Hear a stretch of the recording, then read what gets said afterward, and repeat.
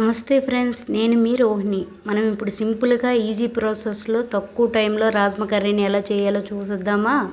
Over night మొత్తం నానపెట్టుకున్న రాజ్మాని కుక్కర్లోకి serve చేసుకుని ఇక్కడ చూపిస్తున్నట్లు గ్లాస్ వాటర్ వేసుకుని 4 లవంగాలు, 3 దాల్చిన చెక్కలు, 2 యాలకులు వేసుకుని 1 టీ స్పూన్ కారం, 1 టీ స్పూన్ పసుపు, 1 teaspoon salt, 1 teaspoon అల్లం వెల్లుల్లి పేస్ట్, 1 టీ స్పూన్ ఆయిల్ కొంచెం గరిటతో కలిపి కుక్కర్ని స్టవ్ పైన పెట్టుకోవాలి.